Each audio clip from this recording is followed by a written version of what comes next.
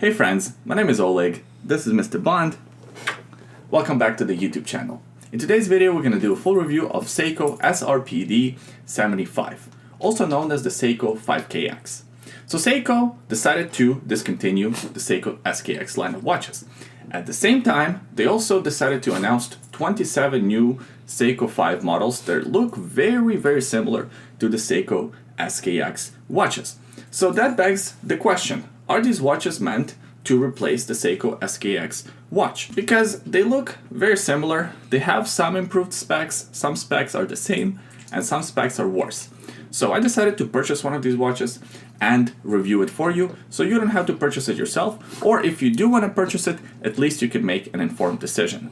So let's get started with the review. Let's talk about the case dimensions on the watch first.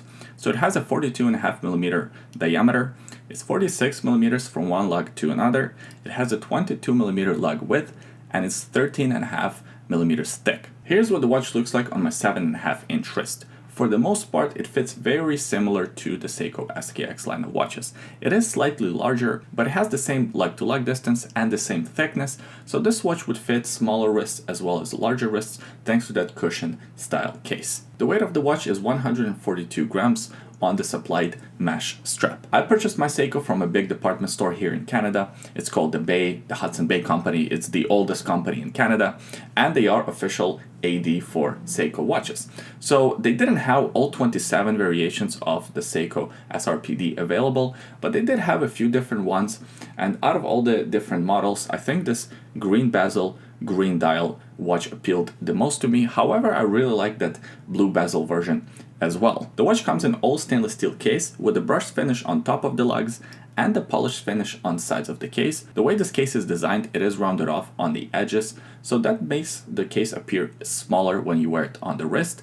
It also gives it a bit of an interesting shape, a shape that was unique to Seiko SKX watches. If you didn't know that this was a brand new model of Seiko watches, you would have assumed that this is just a modded Seiko SKX. That's how similar they look. However, there are some differences between the two watches, and I think I will do a side-by-side comparison between the two watches in the future, but for now, I will just point them out as we go. So first, let's focus on the dial. Clearly, there are much more different color variations of the Seiko 5 available versus the Seiko SKX. That one was available with the Pepsi bezel or a black bezel. That's pretty much it, unless you went out and modified your watch. Where this one comes in a few different color combinations. Also, the watch now has all applied indices. The Seiko SKX had printed dial, this one has applied indices, and the indices do look pretty good. It also has a day-date complication at the 3 o'clock position. Not too much writing on this dial, just Seiko and the new 5 logo. So it has the new Seiko 5 logo. It also comes with a different packaging. It has the new Seiko 5 packaging. I did an unboxing video for this watch on my Instagram, so you can go follow that if you haven't already, and you can see all the unboxing videos that I post in the future. The watch still has pretty much the same set of hands. However, the finish on this set of hands is a bit rough. If you look especially under macro magnification, you can see that the finish is not as smooth, not as refined as I'd like it to be. So that is a bit of an oversight in my opinion. The mark at the 12 o'clock position and the bezel all line up properly. That was the biggest surprise of all. I had to really make sure that this is a real Seiko. I thought I got a fake. Filming this dial in indoor conditions doesn't really do it justice. I wish it was summer right now so I could really test it out in a sunny weather. But the dial does look really beautiful. It has a gradient, so it's lighter in the center and it kind of darkens as you expand outwards. It also has a nice sunburst effect, and the way it plays with the light, the way it kind of changes its color depending on the different lighting conditions, looks really good. So I do have to give props Seiko for this dial. The lume on the watch is pretty good. It's not as strong as Seiko SKX, but I'll get more into the lume differences between this watch and the Seiko SKX when I do the side-by-side comparison. Even though the bezel now is in a different color, the design of the bezel is very similar. The bezel action is a bit different. It's a bit more smooth. Here's what it sounds like, and it's very easy to turn. And of course it is 120 click unidirectional bezel. The crown is at the 4 o'clock position. It's not a screw down crown and it is not signed. Very disappointing as the watch only has 100 meters of water resistance.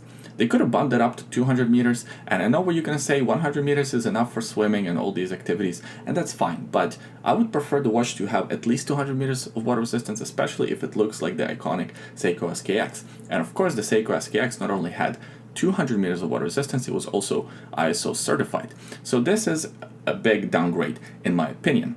Also, what I don't like about this crown are these crown guards. The way they are designed, they're a bit sharp at the bottom, and because the crown is not screw down crown, so it sits very flushly to the case, when you wind the watch, it kind of is in a way, and it doesn't really hurt your finger, but it is sharp, like you can feel it not being comfortable. So I don't know if that's just my watch, or maybe other watches have the same thing. So please let me know in the comment section below if you are experiencing the same issue. The improvement that I really like about the watch are the drilled lock holes. I wish more watches did that. It just makes replacing straps so much easier, and of course this watch here is a strap monster. Here's what it looks like on the Bond NATO strap. I think the green strap with the green bezel and the green dial really work well together. It's a very comfortable watch to wear on the NATO strap. The case back on the watch is a screw down see-through case back displaying that movement, and the movement powering this watch is an upgraded 4R36 caliber movement. It's essentially a Seiko NH36 movement. It has 24 joules, beats at 21,600 vibrations per hour, has 40 hours of power reserve, has a day-date complication, it's hackable and hand-windable movement, and it is an improvement over old Seiko movements, the 7S26 series of movements that of course were not hackable or hand-windable. The updated movement was something that a lot of Seiko enthusiasts, a lot of watch collectors were really looking forward to, and I think Seiko did not disappoint with that aspect. However, where they did disappoint is with the crystal. I think a lot of watch enthusiasts expect a sapphire crystal in this price range, especially talking about watches in the year 2020. However, Seiko still decided to go with the mineral crystal. I don't know how much money they're really saving. I'm guessing it's just to make their higher priced watches seem more attractive, offer more features like sapphire crystals, so that's why in their lower priced watches they still choose to go with their mineral proprietary Hardlex crystals. This specific reference of Seiko 5 comes on a mesh strap. The strap is pretty good.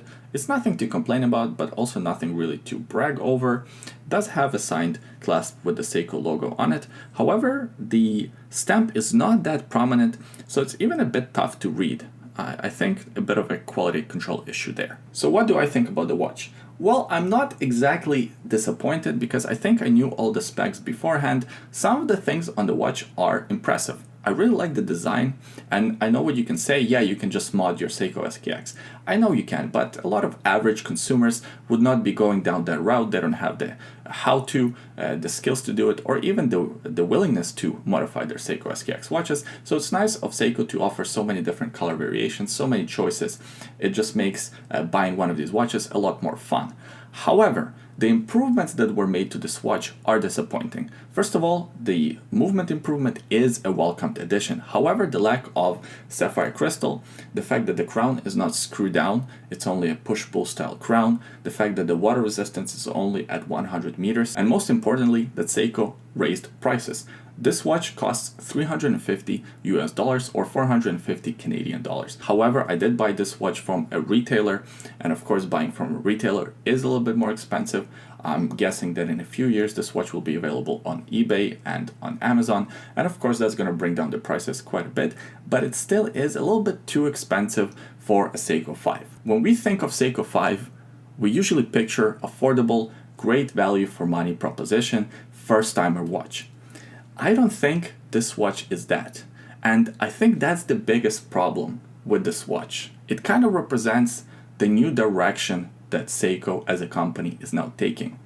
They're trying to get rid of their lower end Seiko 5 models and get rid of their affordable diver watches like the Seiko SKX line and make slight improvements to some of their more popular models and raise the prices. They're trying to get into the higher price category, and I think that is the biggest problem with this watch. Not the watch itself, but what this watch represents for the company. I appreciate you watching this video until the end. Please give it a thumbs up if you enjoyed it. Subscribe to the YouTube channel so you don't miss more reviews like this in the future. And leave a comment in the comment section below. Let me know what you think about the Seiko 5. Would you buy one? Do you have one in your collection? Leave all those thoughts below. I always enjoy reading your comments. By the way, today on my wrist I'm wearing my Omega Speedmaster Automatic. I did a full review of this watch. That video can be found on the YouTube channel. I will also leave a link to it in the description below. Also, in the description below, there are two other links. The first link is to bondnativestraps.com. If you're looking for a good quality native strap and want to support this YouTube channel at the same time, buying one of these native straps is a good way to do so. The second link is a secret link. Have a look if you're curious. Thanks for watching this video. Hope you enjoyed it. Hope you liked it. And I'll see you guys next time. Bye. Sit. Good boy. Good boy. You're sitting right on the edge. Your bum is right on the edge.